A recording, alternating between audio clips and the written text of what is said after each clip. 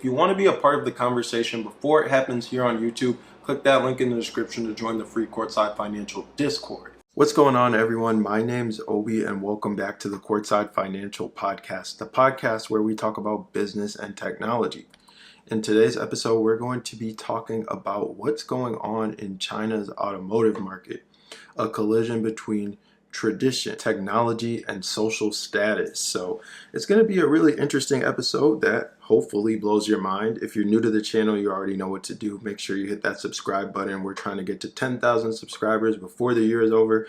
But first, we got to get to 8,000 subscribers. We're almost there. I think we've got like 16 or 17 more to go. So thank you all for your support. Whether you're new or returning, make sure you hit the like button, notification bell icon, and share the video. All your engagement really does go a long way in helping out the channel, helping us to grow and reach a broader audience. So without further ado, let's get into today's episode of the Courtside Financial Podcast.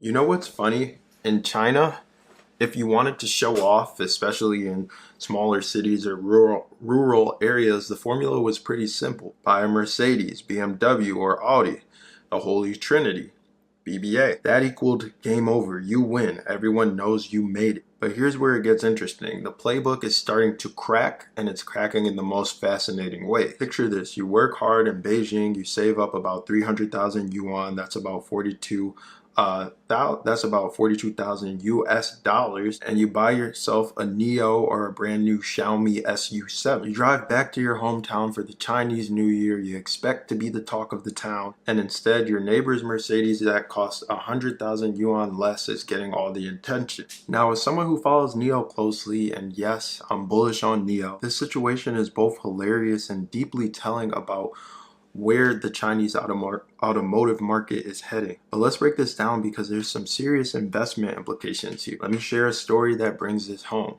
There's a guy named Li Chen. He drove his Tesla Model Y back to his hometown. Now get this, when he pulls up, the neighbors gather around, but they're not looking at the badge. They're mesmerized by the screen.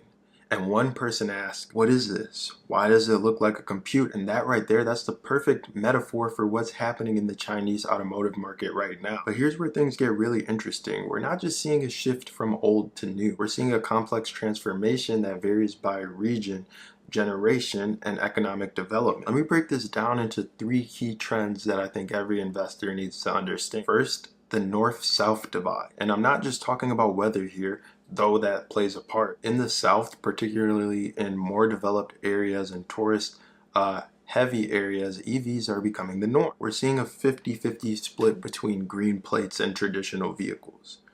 But in the North, it's a different story. This isn't just about cold weather affecting battery life, and yes, that is a factor. It's about infrastructure development, charging networks, and most important, the speed at which social perceptions change. Think about it. In a northern city where charging stations are scarce and temperatures can plummet, driving an EV is not about status. It's about practicality. The second trend that's interesting is what I call the generation gap 2.0, and this is where things get really interesting. We're seeing a complete reversal in how different generations view car brands. The post-80s and 90s generations in smaller cities, they're still all about BBA, but the post-2000 generations, they're writing a completely different story. Let me give you the perfect example.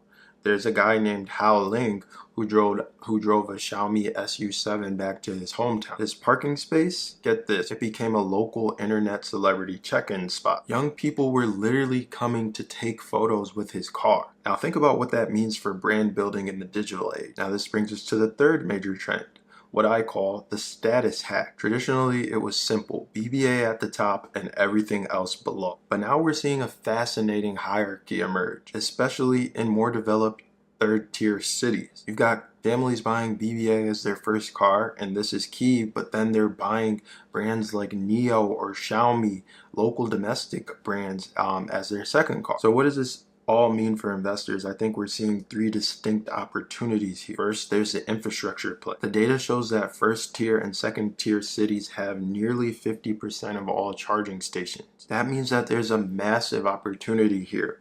for building out infrastructure in these lower tier cities. Second, there's a technology integration play. Companies that can bridge the gap between traditional status symbols and these new tech company technology status symbols are going to win big. This is where companies like Xiaomi are going to win big. They're already known for having tech status in their space. Third, and this is most interesting to me, it's the ecosystem play. This is where I think NIO's strategy could really pay off long term. They're not just building cars, they're building a complete lifestyle ecosystem. In a market where status is increasingly about more than just the car itself, this could be very pivotal towards NIO's success. Let me share a fascinating case study that illustrates this perfectly. There's this state-owned enterprise leader who spent over 1.1 million yuan on a Yangwang U8. That's BYD's high-end brand. Now, traditional wisdom says that this person should have bought a Porsche or a high-end Mercedes. But here's the brilliant part. By buying a domestic luxury vehicle at that price point, he actually gained more status. Why? Because everyone knows that BBA is available at 500,000 yuan now. But spending double that on a domestic brand shows confidence and forward-thinking leadership. Looking ahead, I see three major trends coming in the next 3 to 5 years. A rapid acceleration of the generational divide in brand perception, a geographic evening out. My camera died, but the second point was a geographic evening out as charging infrastructure expands. And then number 3 was the emergence of new status symbols that we haven't even thought of yet. Let's look at the numbers that really drove this home though. In first and second tier cities, Tesla's Model Y leads in sales. Third tier cities, the BYD Seagull dominates. Fourth and fifth tier cities, it's the BYD Quinn Plus. This isn't just market segmentation, it's a roadmap about how the EV transition is going to roll out across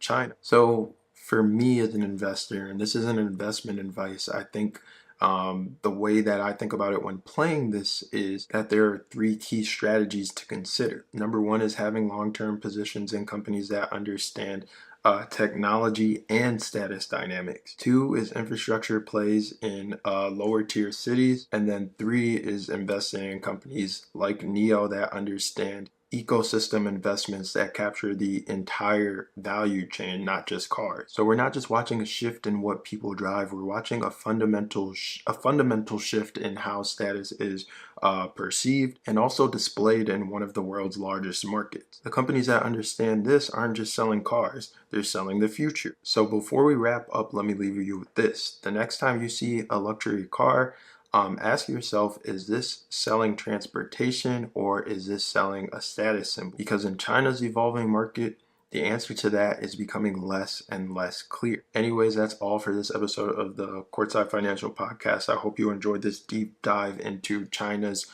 ever-changing auto market. I hope this episode was useful, helpful, insightful, at the very least entertaining. If it was any of those things, make sure you hit the subscribe button, like button, notification bell icon, and leave a comment down below. All your engagement really does go a long way in helping out the channel. Happy Friday. We'll see you on the next installment of the Courtside Financial Podcast. OB signing off. Goodbye.